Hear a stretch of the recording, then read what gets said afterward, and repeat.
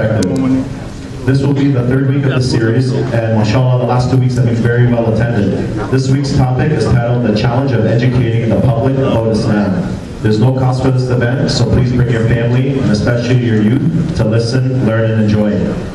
Also, please don't forget to turn your clocks back an hour this weekend for daylight savings time. This means that Jummah Khutbah will inshallah be starting at 12:30 p.m. going forward. Lastly, our guest imam who will be delivering the Jummah Khutbah today is the Executive Director of the London Muslim Mosque, who we have already had the pleasure of listening to a number of times, Sheikh Arish Anwar. Thank you very much for your time. Jazakallahu khairan. Wassalamu alaikum.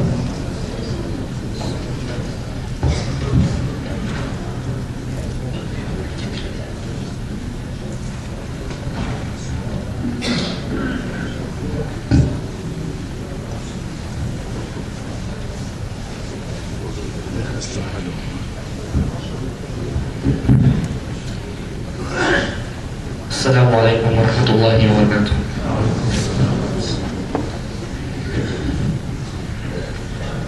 الله أكبر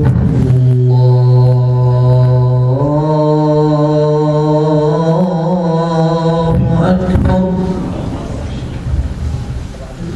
الله أكبر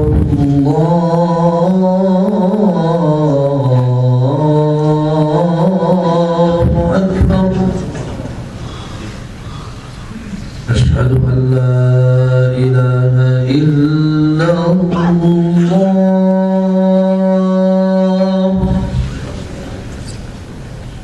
أشهد أن لا إله إلا الله.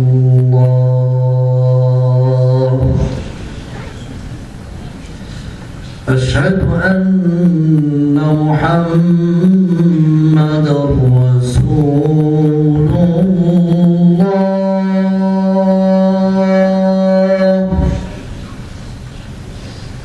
أشهد أن محمدًا رسول الله.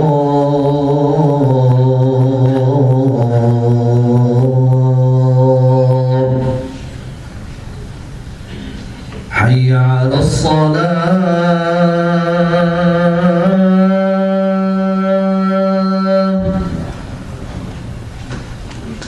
حي على الصلاة.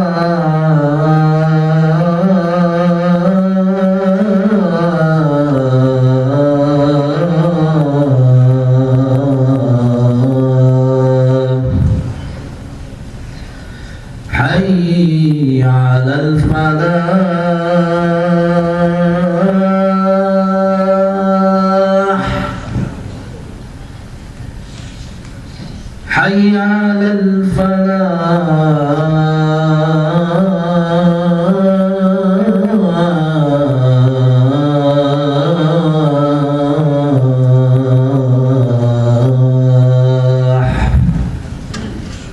الله أكبر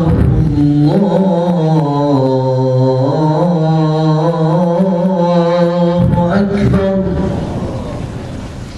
لا إله إلا الله.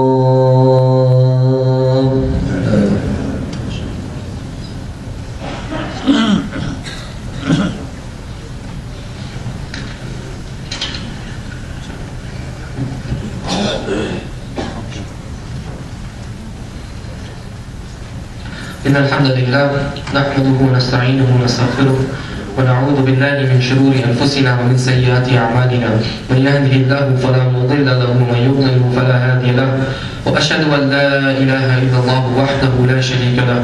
وأشهد أن محمدا عبده ورسوله صلى الله عليه وعلى آله وأصحابه أجمعين.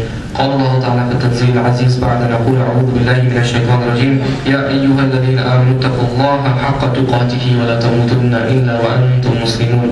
وقال يا أيها الذين آمنوا اتقوا الله وقولوا قولا سديدا يصلح لكم أعمالكم ويغفر لكم ذنوبكم ومن يطع الله ورسوله فقد فاز فوزا عظيما. أما بعد.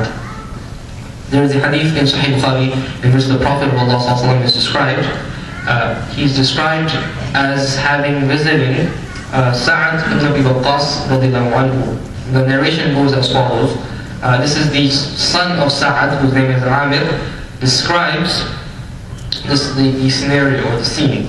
He says, عن أبيه, my father told me that عادني رسول الله صلى الله عليه وسلم في حجة الوداع من وجع أشفيت منه على الموت.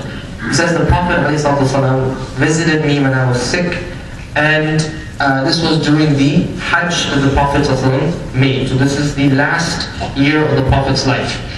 And Sa'ad radiallahu anhu, who was originally from Makkah, one of the 10 companions of Ashara al-Mubashirin al-Jannah, he made the migration from Makkah to Medina with the Prophet ﷺ. Came back with the Prophet to make the Hajj.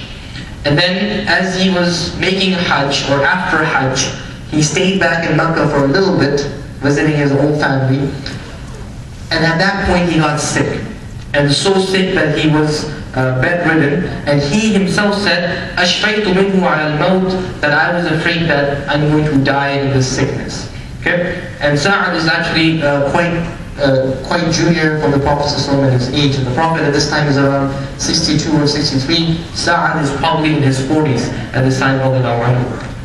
But he felt that this disease was so devastating, he would probably pass away from it. فقلت يا رسول الله بلغني ما ترى من الوجع وأنا ذو مال ولا يرثني إلا ابنة لي واحدة أفأتصدق بثلثي مالي.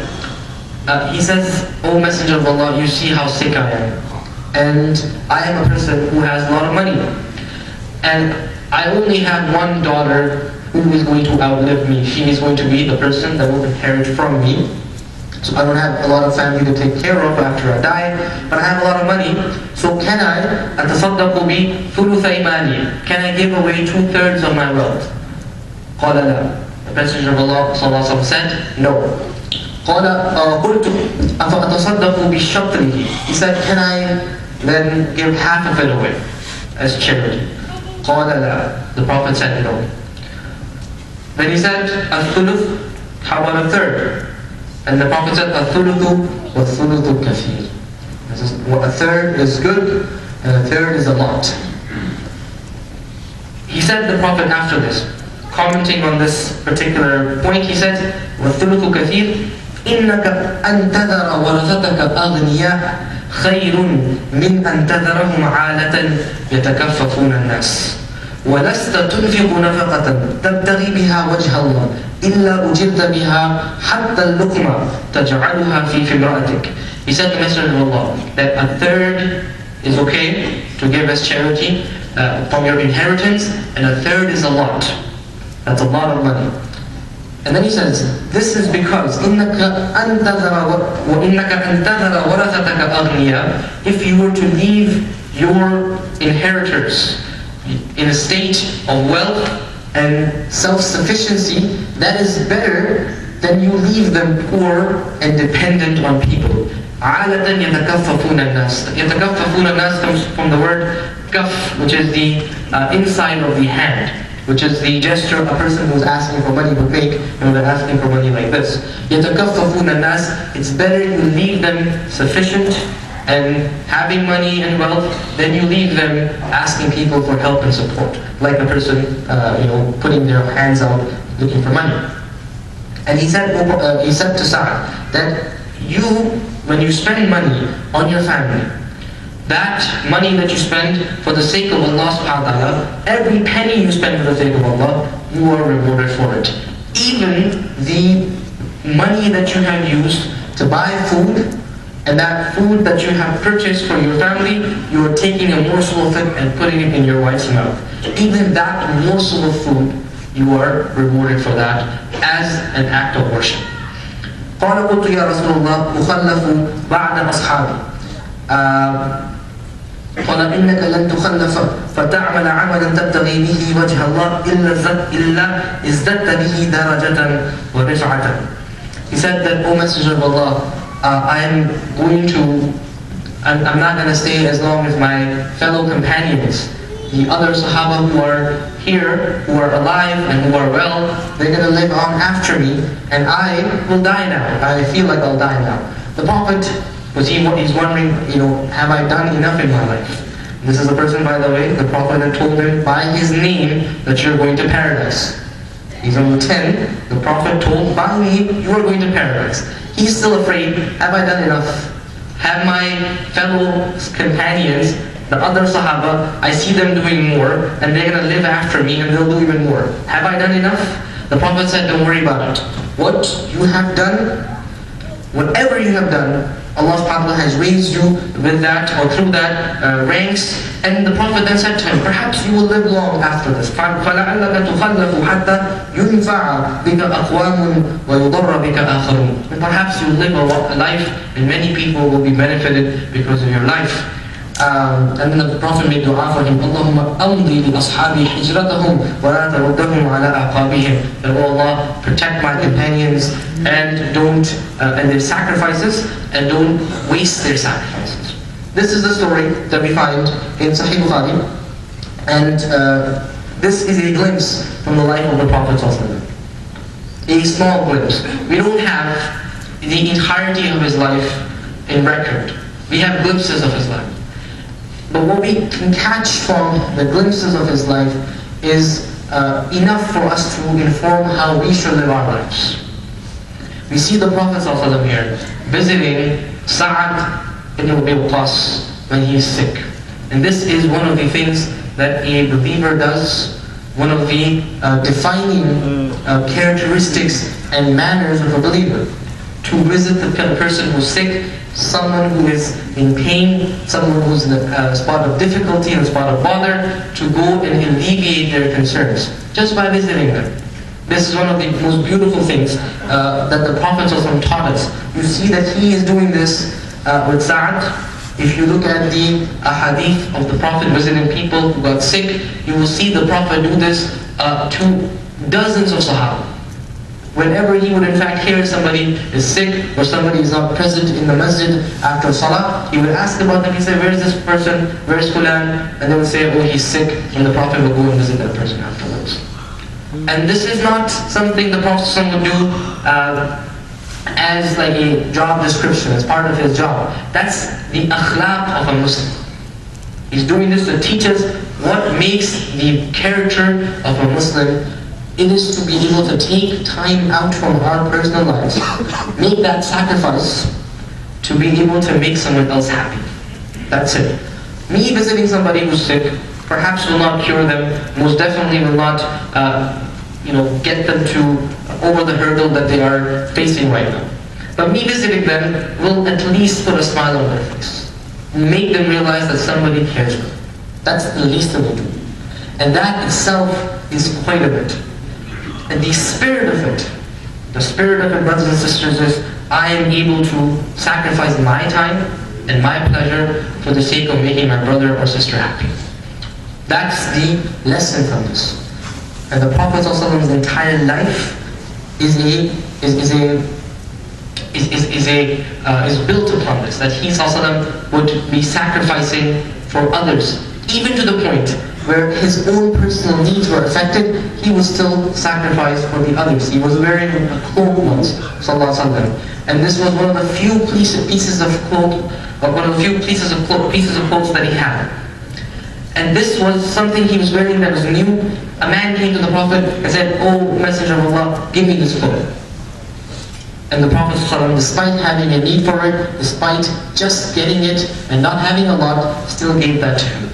This was part and parcel of who he was, ﷺ. Somebody who would give and give and give and ask for very little back. And this is something we are taught to be. This is how we're taught to be able to help and support our brothers and sisters in Islam. If you look at the ahadith about visiting a person who is sick, the Prophet ﷺ has mentioned that this is a right of a believer. حَقُّ الْمُسْلِمِ عَلَى الْمُسْلِمِ خَمْسٍ. There's 5 binding rights that each of us have on each other. One of them is visiting the person when they're sick. The person who does so, as they're going, the Messenger of Allah describes that مَا مِن مُسْلِمٍ يَعُودُ مُسْلِمًا إِلَّا صَلَّى عَلَيْهِ سَبْعُونَ أَلْفَ مَلَكٍ. When this person is going to visit another person, a sick person, At that point, as they are starting their journey, 70,000 angels will pray for them until it is the end of the day. And if they have done this in the night, they will continue praying for this person until it is morning. 70,000 angels. The point being, this is an action that is an extremely rewarded action. It takes a few minutes, and it's extremely, it's full of rewards. What it shows that we're willing to sacrifice for our brothers and sisters. And that is one of the most beautiful things we can learn from the Prophet's example. We also see from this beautiful story, we can also learn from this beautiful story, the desire of the Sahaba to do good at every point of their lives. And the concern that they have for what they have done, is it actually enough for the akhirah? For example, here is Sa'ad, who is about to pass away. He is not concerned about what's going to happen to his family, what's going to happen to his investments, what's going to happen to his property. He is concerned, what's going to happen to me when I die?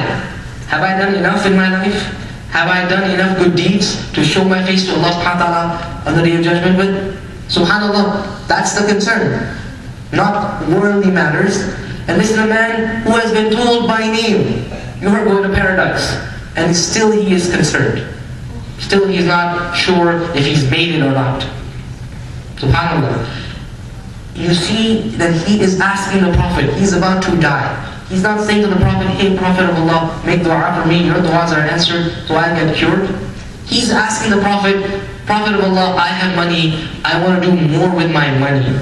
I want to make sure that the last few things I do in my life can live on after me. So how much of my money can I give away in charity? That's what he's asking about.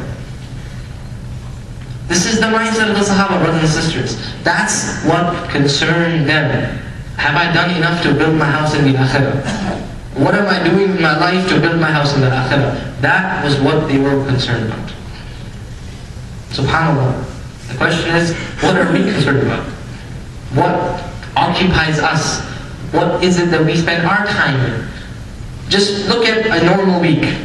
And you don't have to tell me, of course. But just look at the schedule that you've had, or what you've done in the last week.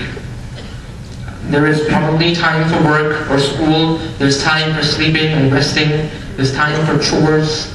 But then the times besides that, times that we're driving to work or back, times where we're not doing necessarily anything, what is that time spent in? That's a question that we have to ask ourselves. I was doing this activity once. I was looking at my week, and I was told by one of my teachers, count the numbers of hours in the week you have that you're not working or studying, and you're not sleeping or doing something, just that you have to do, like chores around the house. And then as I was doing this calculation, I realized there's so many hours in the week that I cannot account for. In fact, most of the hours of my free time, I had no idea what I was doing. And that's exactly the point my teacher wanted to convey to me. He's like, see, you don't even know what you're doing most of the time you're free. You don't even know.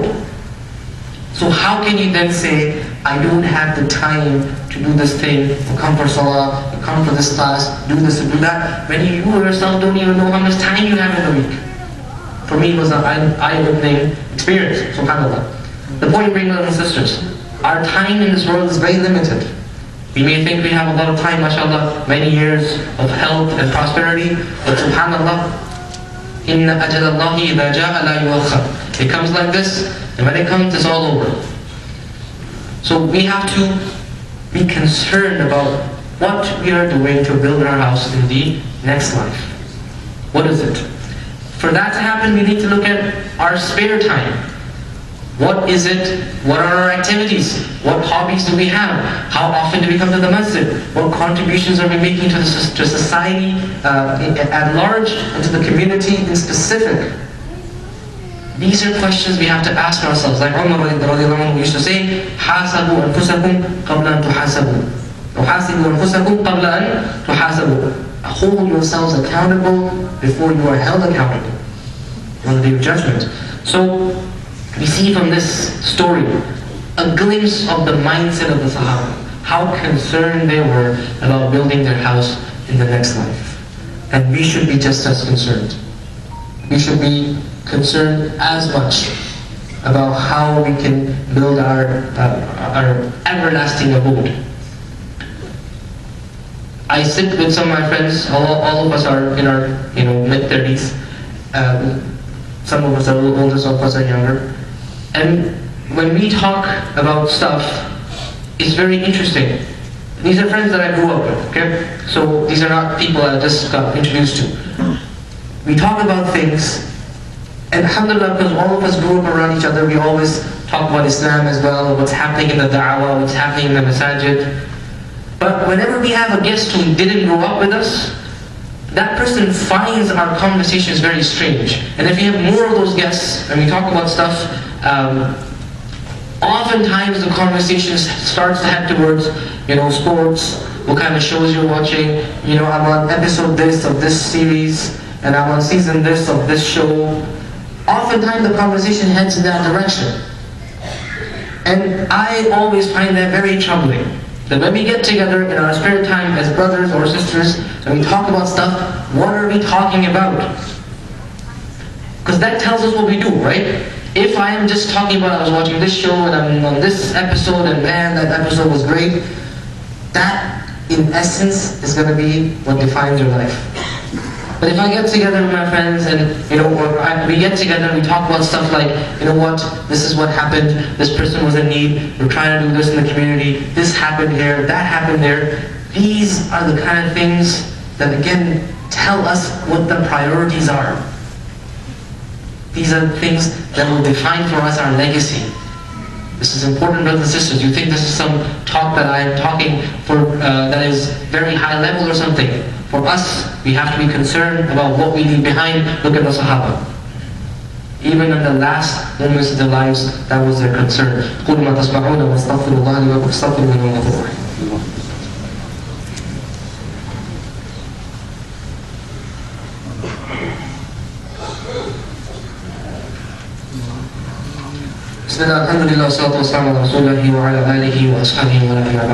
From this beautiful story, we can also learn the story of the Prophet visiting Sa'ad ibn Abi Waqqas in his sickness, visiting him when he is ill.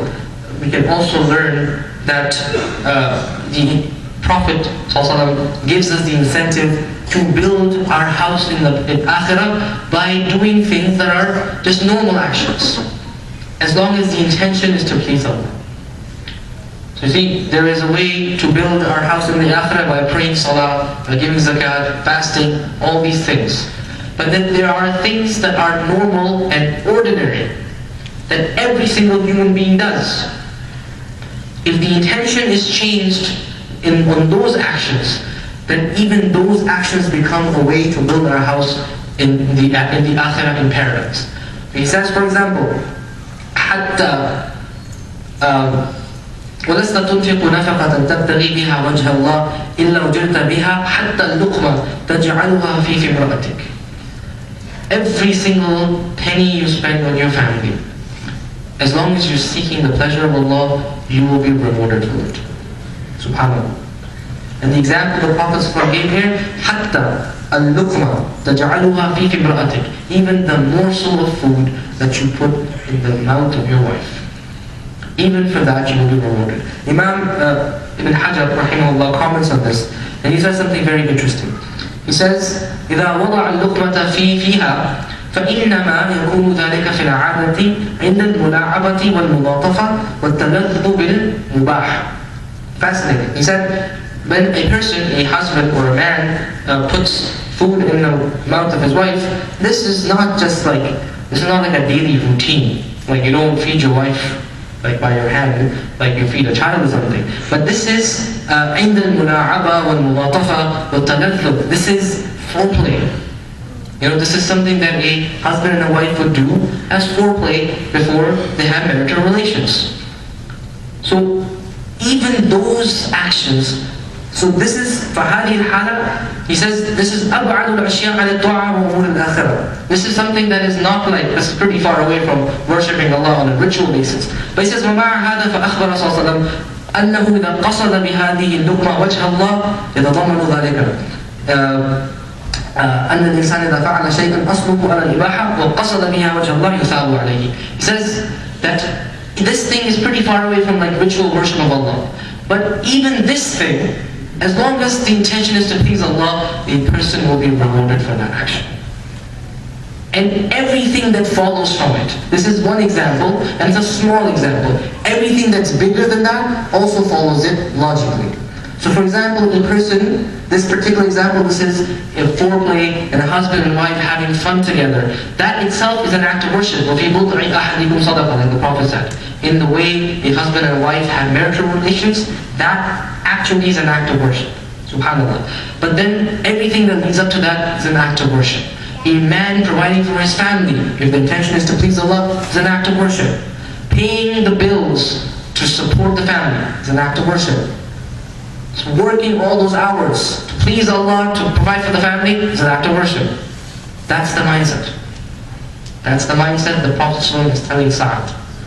That's the mindset the Sahaba had. That's what we need to have too. For us to build our home in the akhirah doesn't mean we leave everything to the side and we start doing community work. That is a luxury the majority of us cannot afford. But everybody can change their intention to please Allah subhanahu wa ta'ala for the things that all of us do and all of us are responsible for. That is what the Prophet ﷺ is teaching Sa'ad ibn Abi Waqqas and all of us by extension. Last thing that we learn from this beautiful story, this beautiful glimpse of the Prophet ﷺ showing his affection and his care and his love for his fellow companions. What we can learn from this is thinking long term. Thinking long term is very important in Islam. We think for our akhirah, كن في الدنيا كأنك غريب، كن في الدنيا كأنك غريب أو عابر السبيل. Be in this world like a stranger or a traveler. Don't think it's going to be permanent, because it's not. But at the same time, while we're here, we're taught to think long term what's going to happen. Sa'ad wants to give most, if not all of his money away in charity. The Prophet says, no, you can't do that. You can only give away a third, 2/3 you leave for your family. Why? That is because if you leave your family, إِن تَذَرْ وَرَثَتَكَ أَغْنِيَا خَيْرٌ مِنْ أَن تَذَرَهُمْ عَالَةً يَتَكَفَّفُونَ النَّاسِ. It's better you leave your family in a state of self-sufficiency than you leave them poor and desperate and needy. It's a long-term thing.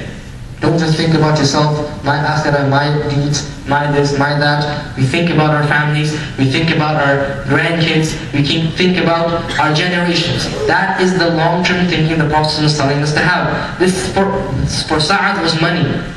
For Sa'ad, this was about money. For us, it's more than money. For us to think about our families and to make sure that they can sustain themselves long term, it's more than just what we leave behind in inheritance. We have to make sure that we have played an active and a positive role in society, in the way we have engaged with the larger society, how we have engaged with the political system, what kind of impact we have made. Because if we could do that, then we could have left them in a state where they are not يَتَكَفَّفُونَ النَّاسِ, going and asking for help from everybody else. If we as today, people who are living today, can set that up for our kids and our grandkids, that is us setting them up for success. That's just what the Prophet said. إِن تَذَرْ وَرَثَتَكَ الْأَغْنِيَاءَ خَيْرٌ مِنْ أَن تَذَرَهُمْ عَالَةً يَتَكَفَّفُونَ النَّاسِ. We think long term in Islam. We don't take our life for granted. We don't think that we'll be here forever. We are going to be here for only a bit of time. And that bit of time, we plan and we work for our akhirah. But we also plan and work for our kids who will live after us and our grandkids. This is the beautiful teachings of the Prophet ﷺ that he taught the Sahaba who lived it and implemented it and opened up the world through it. We ask Allah ﷺ to give us the tawfiq and understanding of the Quran and Sunnah and allow us to implement it in our lives as well. إن الله وملائكته يصلون على النبي يا أيها الذين آمنوا صلوا عليه وسلموا تسليما اللهم صل على محمد في الأولين وفي الآخرين وصل على محمد في الملأ الأعلى إلى يوم الدين اللهم أحينا على سنته ومتنا على ملته واحشرنا في زمرته واسقنا من حوضه يا رب العالمين اللهم آت نفوسنا تقواها وزكيها أنت خير من زكاها أنت وليها ومولاها وصلى الله على نبينا محمد وعلى آله وصحبه أجمعين وبارك السلام.